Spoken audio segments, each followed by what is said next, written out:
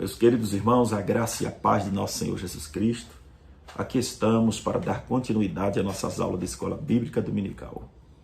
Nesta feita vamos para a lição de número 11, que tem por título Filadélfia, a Igreja do Amor Fraternal.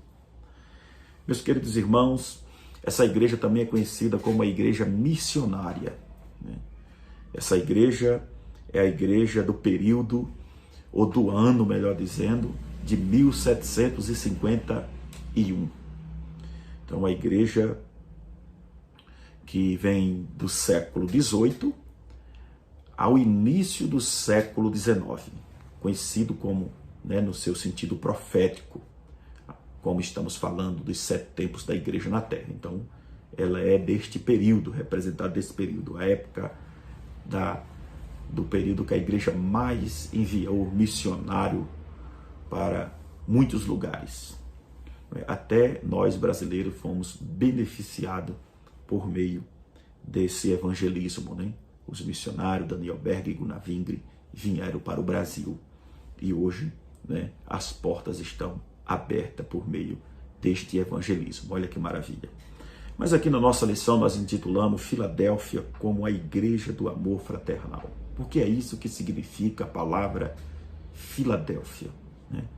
Que a palavra Filadélfia ela significa fraternal. Amor fraternal. Então, o que é fraternal? E o que é que significa fraternal? Não fingido. Então, se fosse para nós aqui trazer mais uma definição, significa amor não fingido. Então, a palavra fraternal significa amor não fingido. Então, aqui é muito interessante, porque esse amor que podemos declarar aqui não era apenas um amor declarado de sentimento, mas o amor que estamos falando aqui, demonstrado por esta igreja, repito, não era um amor de sentimento, um amor sentimental, mas um amor de serviço, por exemplo, um amor na prática, para ficar mais claro, verdadeiramente demonstrado na prática. Isso é interessante entender. Vou repetir, não era um amor sentimental, apenas demonstrado por sentimentos, mas sim representado por serviço. Aquilo que Paulo falou em 1 Coríntios 13, se eu desse o meu corpo para ser queimado e não tivesse o amor, nada disso adiantaria. Então isso não é um amor de sentimento, mas sim um amor da prática, um amor de serviço. Então é isso que eu quero deixar aqui claro para os irmãos. Então a igreja do amor fraternal. Essa igreja, ela, na verdade, ela demonstrava seu amor na prática. Como? Amor entre os irmãos, amor pela palavra, amor pelas almas perdidas. Os irmãos vão analisar isso diante do conteúdo da lição. Tinha amor pelos perdidos e em busca das almas. Então vamos lá. O nosso texto áureo aqui está em Apocalipse capítulo 3, versículo 8. Eu gosto deste versículo, que está escrito assim: conheço as tuas obras. Em todas as lições em todas as 7 cartas, as 7 igrejas, os irmãos vão encontrar esta palavra: conheço as tuas obras, sei as tuas obras. Isso falando da soberania de Deus, do pleno conhecimento que ele tem acerca da igreja dele aqui na terra. Conheço as tuas obras, eis que diante de ti pus uma porta aberta e ninguém pode fechar. Quero só pontuar aqui um pouquinho, porque observe a palavra, porque ele diz assim: eis que diante de ti pus uma porta aberta e ninguém pode fechar. Ponto. Ninguém pode fechar, a não ser ele. Deus, ele abriu a porta e mais ninguém pode mexer com ela. Somente Deus. Ninguém pode fechar. A porta está aberta. Vamos lá. Ninguém pode fechar. Aí ele diz assim: tendo pouca força, guardaste a minha palavra e não negaste o meu nome. Uma igreja fiel, que não negou o nome do Senhor, e que guardou a palavra do Senhor. Quer dizer, era uma igreja praticante da palavra. Isso é interessante. Por que eu pontuei aqui falando para os irmãos, e ninguém pode fechar? Porque muitas das vezes Lembra esse versículo dizendo assim: eis que diante de ti tem uma porta aberta e ninguém pode fechar tendo pouca força. E não é assim que está. Ele diz assim: ninguém pode fechar, ponto. Dá continuidade à leitura dizendo: tendo pouca força, guardaste a minha palavra e não negaste o meu nome. Aí eu botei aqui, na verdade prática, o Senhor tem uma porta aberta para todos aqueles que permaneceres fiéis à sua palavra até o fim. O Senhor tem uma porta aberta para todos aqueles que permanecer fiel até o fim.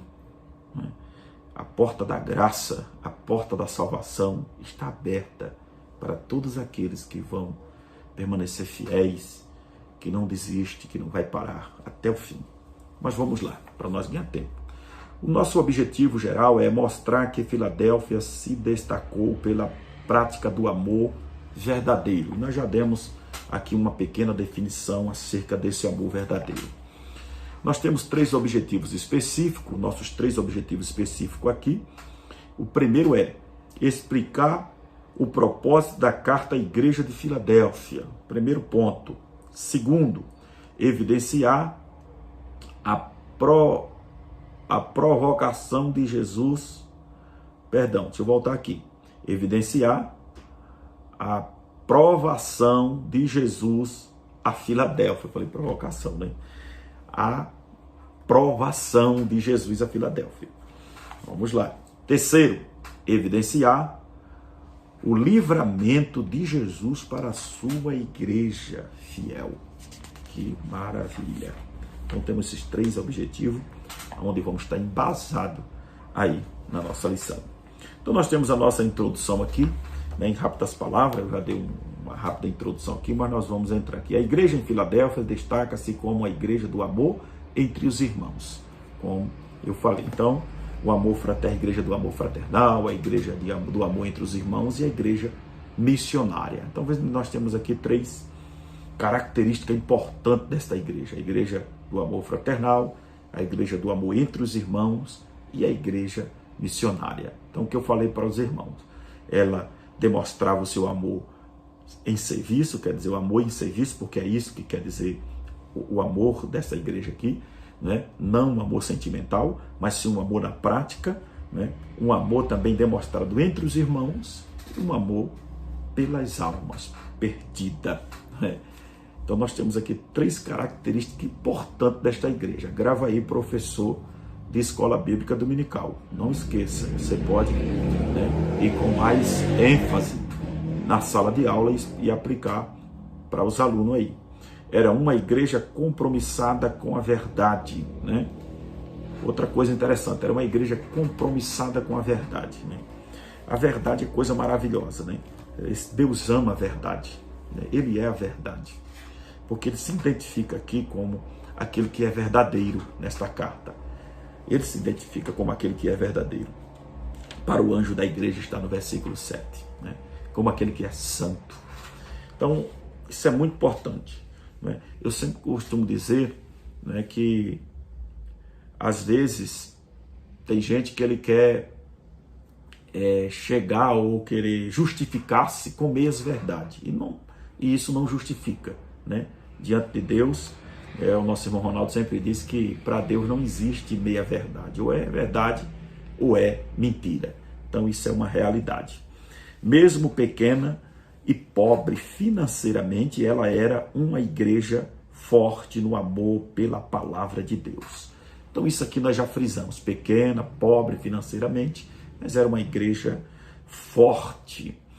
Ó, meus amados e queridos irmãos que vão ver esse vídeo, professor, aluno, né? Veja que a sua forma, né, ou quem você é, não faz diferença da sua fidelidade com Deus. Porque veja quem era esta igreja, financeiramente pobre, né? Era pequena o lugar, e nós vamos destacar aqui o porquê naquela cidade. Era forte a sua comunhão que tinha com Cristo, pela sua dedicação à palavra do Senhor. Então aqui nós temos um pequeno pano de fundo do que vamos falar no decorrer de cada lição, né? De cada tópico, melhor dizendo. Então nós temos aqui o primeiro tópico, a carta à igreja de Filadélfia, né? Filadélfia, essa cidade recebeu o nome de seu fundador, Átalos II, Filadélfios, que reinou entre 159 e 138 a.C. É importante entender aí, professor, aluno, que antes de Cristo era decrescente, viu? Para não confundir aí. Segundo comenta os pesquisadores, essa cidade algumas vezes foi atingida por terremotos, por estar situada em um lugar, né, vulcânico, podemos entender aqui, alguns pesquisadores comentam sobre isso.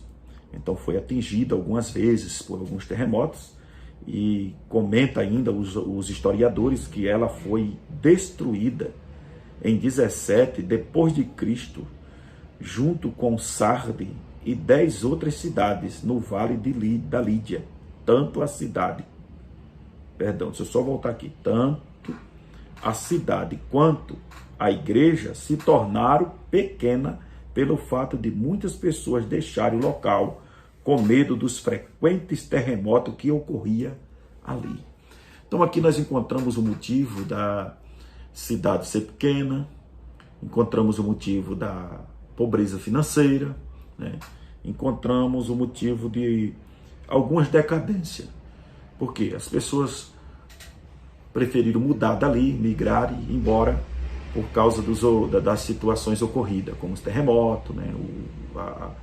Era uma cidade que estava em volta de vulcões, né? Os perigos de vulcão ali, e as pessoas acharam por bem ir embora. Então aqui nós já encontramos o motivo, né, de algumas pessoas desertarem dali e a cidade ser pobre.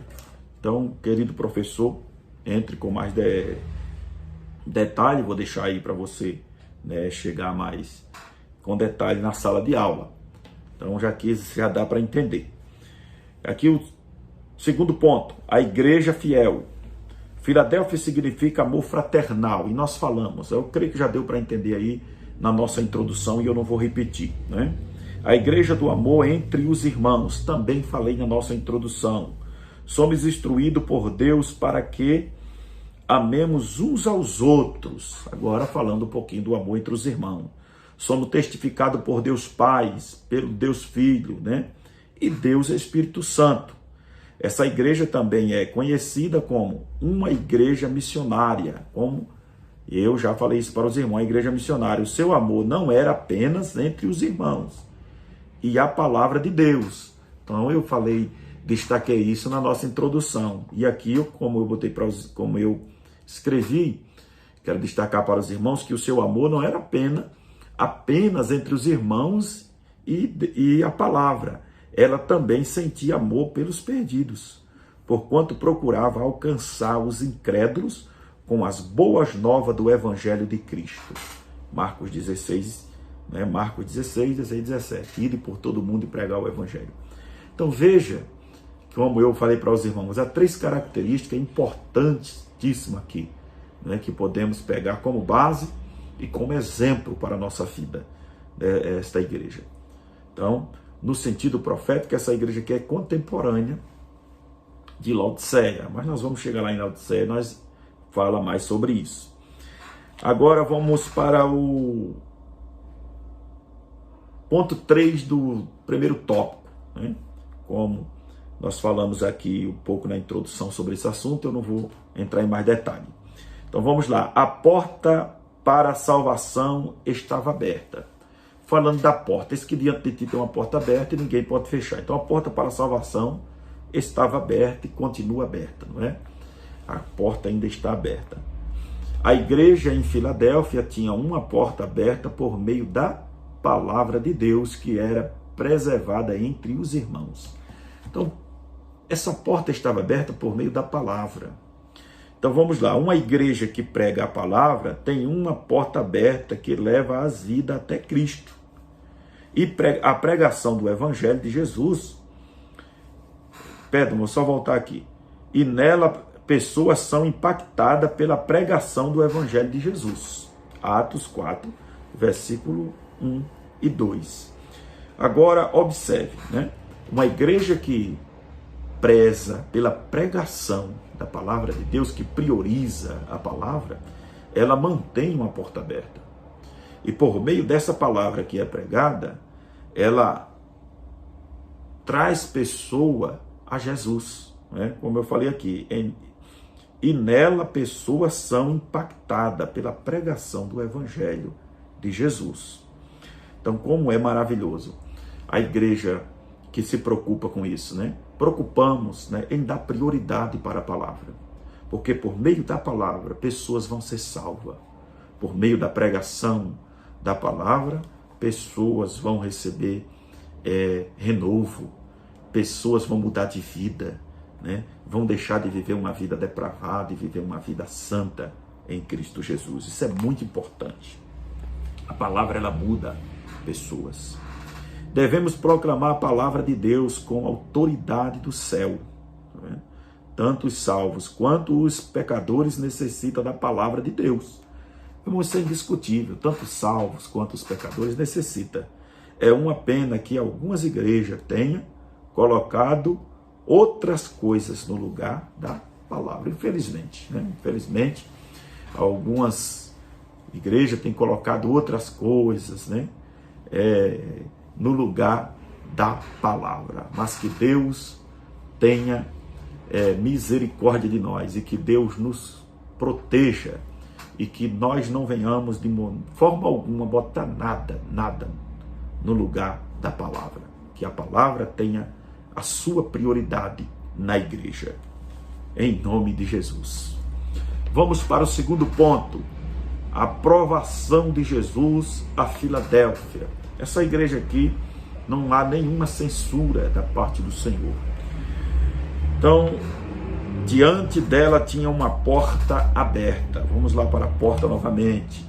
A porta que o Senhor abre não fecha, permanece aberta. Então, só Ele tem o poder de fechar. A porta que Ele abre, ninguém tem poder de fechar. A figura da porta aberta era familiar para os primeiros missionários. Quando Paulo e Bernabé chegaram em Antioquia, declara que Deus abrira a porta da fé para os gentios. Isso está em Atos, capítulo 14, versículo número 27. Ao trabalho prestado por Paulo em Éfeso, ele escreve que uma porta grande se abriu ali. Está em Coríntios, 1 Coríntios, capítulo 16, versículo 9. Então, como aqui nós podemos entender, isso era familiar, a porta aberta aqui para os primeiros missionários. Então, quando observamos aqui, Paulo considerava, né, a pregação do Evangelho uma porta aberta para os gentios, para aqueles que não conheciam o Evangelho, que não conheciam a palavra. Era uma porta aberta. E, na realidade, né, a pregação do Evangelho é uma porta aberta para aqueles que não conhecem a Jesus, a vir a Cristo. É uma porta aberta, dando passagem para vir até o Senhor Jesus Cristo, a ser salvo. Então, achei interessante que aqui, quando Paulo e Bernabé chegaram em Antioquia, declara que Deus abriu a porta da fé para os gentios. E a porta da fé para o gentio.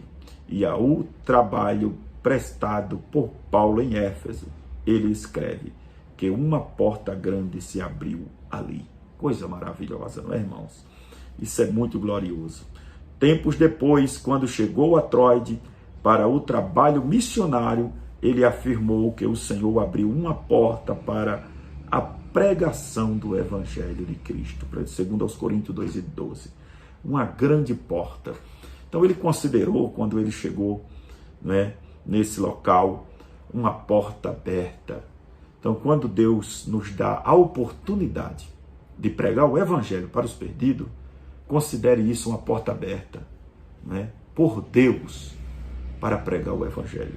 Então, consideramos hoje uma grande porta aberta por Deus em nosso país, né, em nossa comunidade, em nosso município, em nosso estado, onde você reside, seja onde for.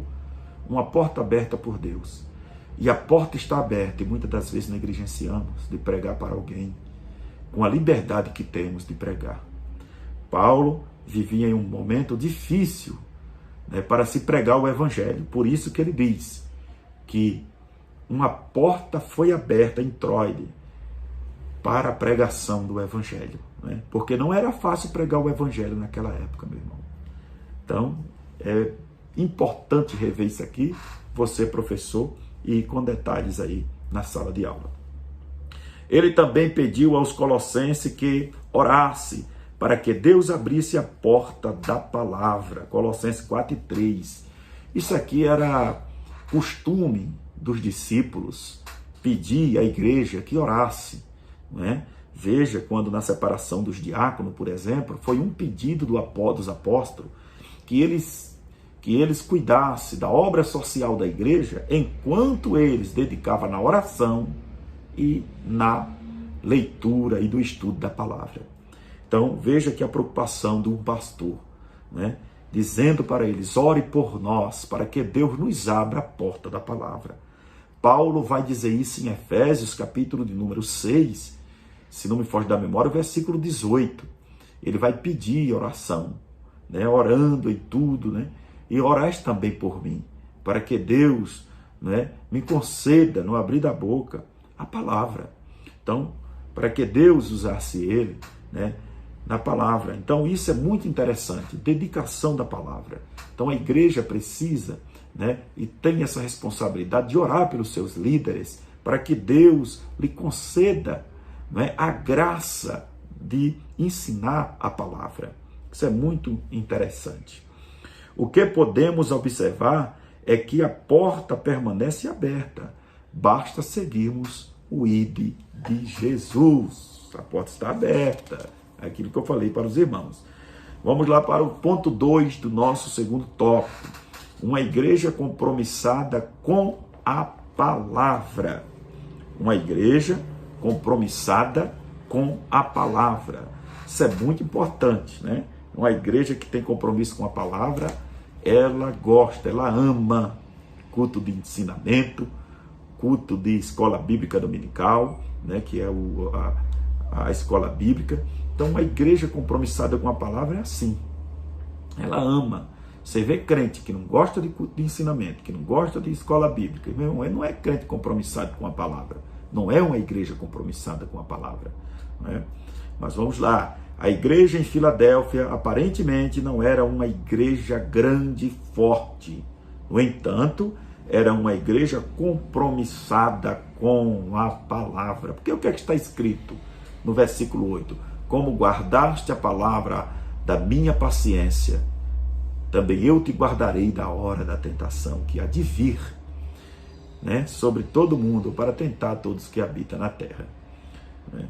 Assim como guardaste a palavra da minha paciência. Vamos conferir, né? Conheço as tuas obras, eis que diante de ti pus uma porta aberta, e ninguém pode fechar. Tendo pouca força, guardaste a minha palavra e não negaste o meu nome. Essa que eu citei está no versículo 10, né? Como guardaste a palavra da minha paciência, eu também te guardarei da hora da tentação que há de vir sobre todo mundo. Então, mas também pelo o fato dela guardar a palavra. Mas vamos lá. Quando tiramos tempo para meditarmos na palavra de Deus e guardá-la em nosso coração, não temos tempos para pecar, né? Não temos tempos para o pecado, melhor dizendo. Então, isso está em Salmo 119, o verso 11. O escondi, o salmista disse, a tua palavra no meu coração para não pecar contra ti. Então, quando tiramos tempo, meus queridos irmãos, envolvido com a palavra, a coisa é outra. Não há espaço, não abrimos vazão, melhor dizendo, para o mal. Só há espaço para as coisas de Deus. Isso é muito maravilhoso. Quanto mais nós alimentamos desta palavra, mais puros seremos. 119:9. A palavra de Deus nos traz claridade em meio à escuridão. No mesmo salmo, só que agora o 105. Né? Só que agora Provérbio 6:23, 2 Pedro 3:19. A igreja em Filadélfia era perseguida, assim como as demais igrejas da Ásia, mas nada e nem ninguém fez com que ela abrisse mão da palavra ou negasse o nome do Senhor. Versículo 8, né? Tendo pouca força, guardaste a minha palavra e não negaste o meu nome e nem abriu mão da palavra. Coisa maravilhosa. Meus queridos irmãos, independentemente de qualquer coisa, não abra mão da palavra, né? Às vezes você está passando por um momento difícil, vá ouvir a palavra de Deus, que lá você vai, com certeza Deus vai ter uma palavra de ânimo para a sua vida. Deus sempre fala aquilo que nós precisamos ouvir, né? E diante do que nós estamos precisando de ouvir, Deus fala e nós volta muitas das vezes para casa confortado, né? Agora, se às vezes vamos procurar resolver, às vezes preencher o vazio, melhor dizendo, em fontes rotas, né, que não tem palavras para preencher o vazio, piora a situação. Mas quando priorizamos a palavra de Deus, Deus verdadeiramente fala conosco. Ponto 3 do segundo tópico: a recompensa do Senhor. Os cristãos em Filadélfia estavam em uma guerra semelhante à que o apóstolo Paulo estava enfrentando em 1 Coríntios 16 e 9, ocasião em que afirma que tinha uma porta aberta, mas também tinha obstáculos. A porta aberta não quer dizer que não haja obstáculo, né? Isso não quer dizer que não tenha dificuldade, que os problemas não batam na porta, né?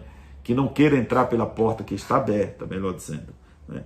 Mas isso, sejamos bons porteiros para não deixar as coisas ruins entrar, né? Quando a porta esteja aberta. Porque quando fazemos aqui uma análise, um pequeno análise, veja que quando a igreja está com a porta aberta, é preciso ter porteiro. O porteiro tem que estar atento para não deixar que nada venha entrar dentro da igreja para que venha atingir ou roubar a atenção do culto, dos que estão ali no culto.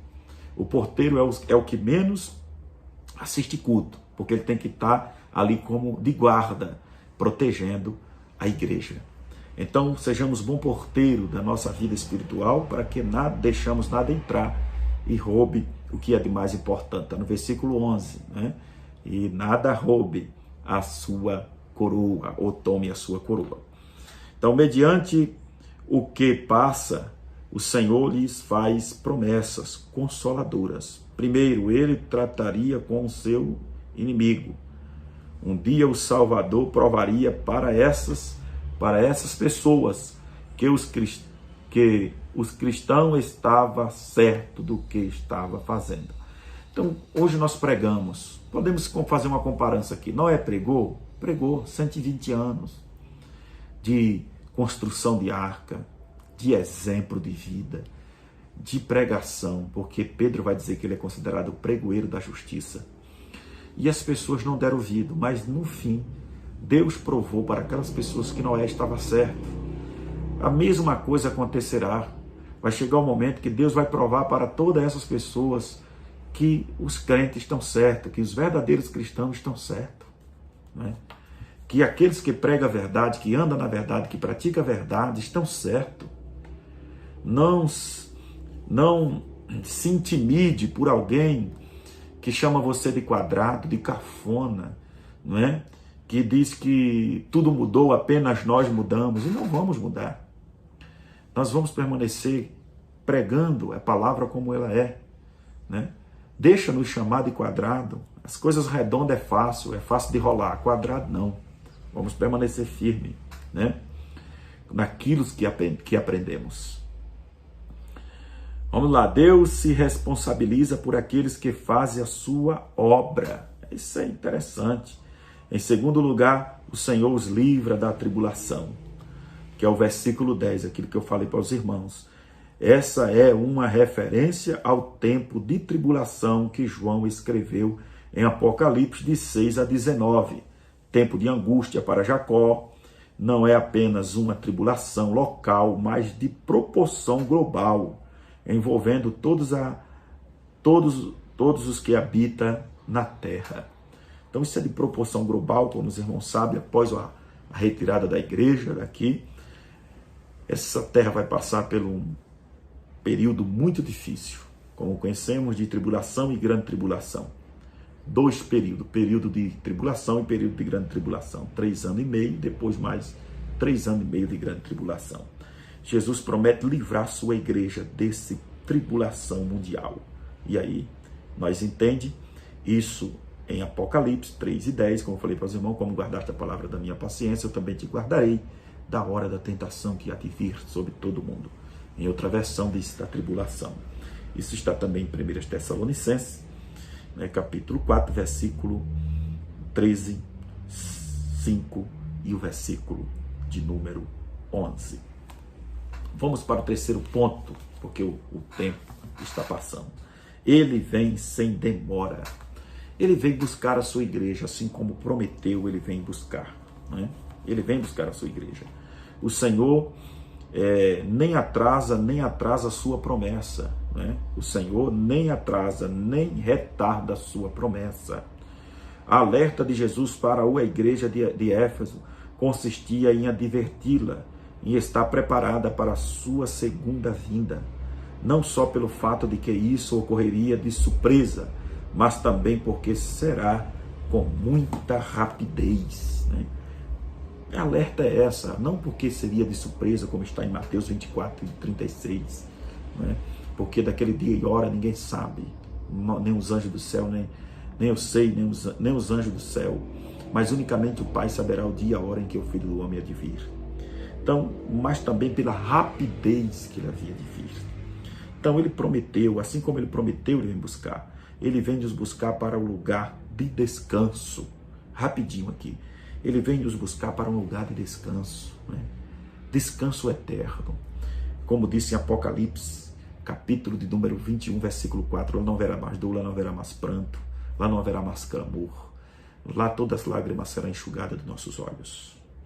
Promessa para os vencedores. Aqui no terceiro ponto, nós temos promessa para os vencedores. A promessa do Senhor é que Ele faria uma coluna dos vencedores no templo de Deus. Mas eu quero encerrar por aqui, para o vídeo não ficar muito comprido. Que Deus abençoe a todos, que Deus nos abençoe grandemente.